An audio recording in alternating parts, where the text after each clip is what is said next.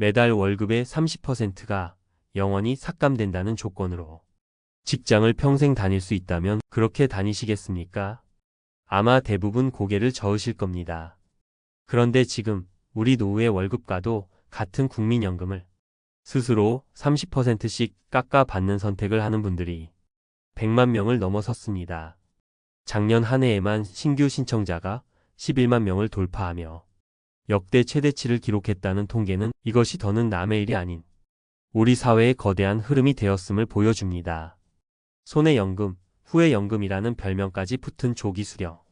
왜 이렇게 많은 사람들이 이 돌아올 수 없는 편도 티켓을 끊는 것인지, 그 선택의 끝에는 과연 무엇이 기다리고 있는지 오늘 한 남자의 10년 후회를 통해 그 현실을 뼈아프게 들여다보겠습니다.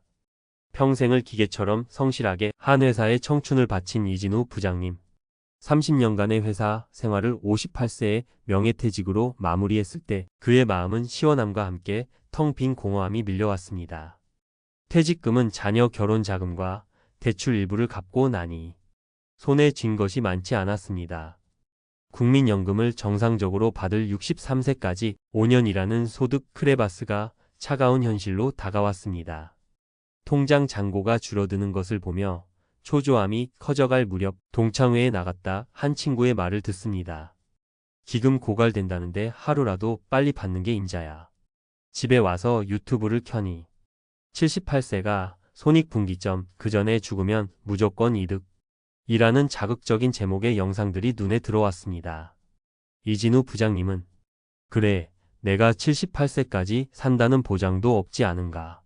이건 탐욕이 아니라 기회비용을 고려한 합리적인 선택이야. 라고 스스로를 설득하기 시작했습니다. 불안감은 점차 현명한 판단이라는 자기 합리화로 변해갔습니다. 결국 그는 5년 일찍 조기 수령을 신청했습니다.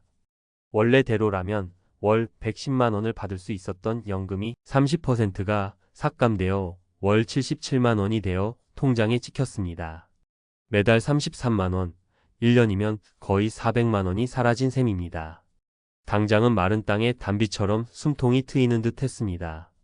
하지만 마음 한구석에는 만성질환에 진통제를 맞은 것처럼 근본적인 문제가 해결되지 않았다는 찜찜함이 가시지 않았습니다. 10년이 흐른 지금 68세의 이진우 부장님은 여전히 건강합니다. 하지만 그의 삶은 팍팍하기만 합니다. 물가는 무섭게 올랐지만 한번 깎인 연금액은 오를 줄 몰랐습니다. 월 77만 원으로는 병원비 한번 내기도, 손주들 용돈 한번 주기도 망설여집니다. 반면 꿋꿋이 기다렸다가 정상 수령하는 친구는 월 110만 원이 넘는 돈을 받으며 아내와 소소한 여행 계획을 세우는 모습을 단체 카톡방에서 볼 때마다 극심한 박탈감과 함께 속이 쓰려옵니다. 그는 이제야 깨달았습니다.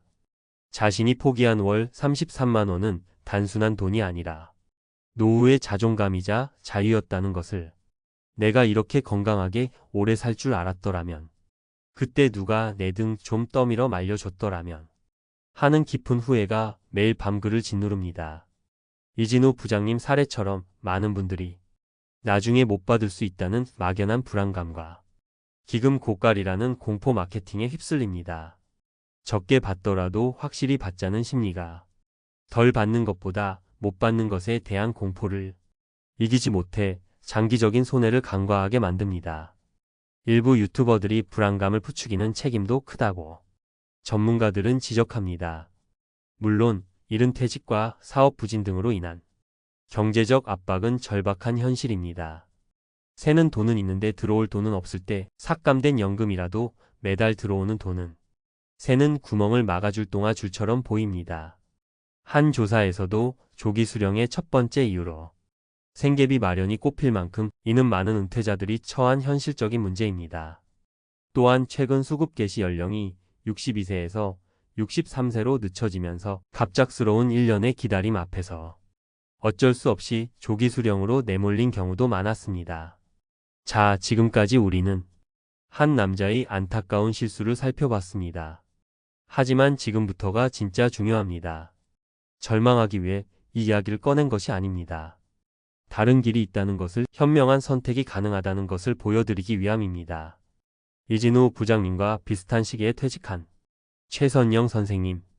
꼼꼼한 성격의 그녀는 퇴직 후 소득 공백이 막막해지자 처음에는 그녀 역시 조기 수령을 심각하게 고민했습니다. 하지만 평생 모은 자산을 30%나 깎는다는 사실에 무작정 결정하기보다 직접 알아보기로 결심했습니다. 그녀는 주변의 말이나 유튜브 대신 국민연금공단 지사를 직접 찾아갔습니다. 그곳에서 소득 있는 업무의 정확한 기준과 자신의 연금액을 토대로 상담을 받았습니다. 다행히 월 소득이 이 기준을 넘지 않는 선에서 아파트 도서관 사서로 파트타임 일을 구하며 최소한의 생활비를 충당했습니다. 부족한 부분은 그간 차곡차곡 모아둔 IRP 계좌에서 매달 조금씩 꺼내 쓰는 연금 다리를 놓아 5년의 공백기를 버텨냈습니다. 드디어 63세 정상적으로 노령연금을 수령하기 시작한 날 통장에 찍힌 삭감 없는 연금액을 보며 그녀는 안도의 한숨을 내쉬었습니다. 그때 몇 년 허리띠 졸라맨 덕분에 남은 30년이 든든하다 며 자부심을 느꼈습니다. 그녀의 선택은 무작정 버티는 것이 아니라 정확한 정보와 치밀한 계획으로 위기를 건너간 지혜였습니다. 여러분이라면 이 두 사람의 갈림길에서 어떤 선택을 하셨을 것 같나요? 조기 수령 신청서에 인생의 무게가 담긴 도장을 찍기 전 반드시 스스로에게 이 세 가지 질문을 던져 보십시오. 정답은 없지만 최선의 답은 반드시 있다. 는 전문가의 조언을 기억해야 합니다. 첫째, 나는 74세 이상 살 가능성이 높은가? 이건 저주가 아닌 재무적 질문입니다. 전문가들은 경제적 손익분기점을 대략 72세에서 74세로 봅니다. 현재 우리나라의 기대 수명은 80세를 훌쩍 넘었습니다. 이 나이 이상 살 가능성이 높다고 판단된다면 어떤 이유를 대더라도 조기 수령은 경제적으로 명백한 손해입니다. 현재 본인의 건강 상태와 가족력을 냉정하게 고려해 봐야 합니다. 둘째, 이 돈은 생존을 위한 링거인가? 불안을 잠재울 진통제인가? 대출 이자를 감당 못해 집을 잃을 위기처럼 당장 생계가 불가능한 생존 자금이라면 불가피한 선택일 수 있습니다. 하지만 단순히 기금이 고갈될까 불안해서 남들이 받으니까 따라 받는 불안 자금이라면 즉시 멈춰야 합니다. 먼저 자신의 예상 소득이 조기 수령 지급 정지 기준, 즉 국민연금 전체 가입자의 평균 소득월액을 넘지 않는지부터 정확히 확인해야 합니다. 셋째, 나의 건강보험료와 기초연금은 이 선택으로 어떻게 바뀌는가? 무작정 연금액을 줄여 건강보험, 피부양 자격을 유지하려는 생각은 매우 위험한 착각일 수 있습니다. 국민연금액은 매년 물가 상승률을 반영해 오르기 때문에 몇 년 후에는 결국 피부양자에서 탈락하고 이미 삭감된 연금에 더해 새로 부과된 건강보험료라는 이중고를 겪을 수 있습니다. 또한 국민연금과 기초연금은 연계되어 감액될 수 있으므로 반드시 공단 홈페이지의 모의 계산기를 통해 전체적인 유불리를 꼼꼼하게 따져봐야 합니다. 국민연금 조기 수령은 한번 선택하면 절대 되돌릴 수 없는 당신의 남은 생애 전체와 맺는 평생의 계약입니다. 순간의 불안감과 잘못된 정보 때문에 노후의 가장 중요한 버팀목을 스스로 깎아내리는 우를 범해서는 안 됩니다. 문제가 있다면 해결할 방법을 찾아야 합니다. 개인연금이나 주택연금, IRP 등 다른 대안은 없는지, 소득 공백기를 메울 다른 방법은 없는지 충분히 고민하고 전문가와 상담하십시오. 당신의 소중한 노후 자금, 감정에 휘둘리지 말고 냉철한 계획으로 현명하게 지켜나가시길 진심으로 바랍니다.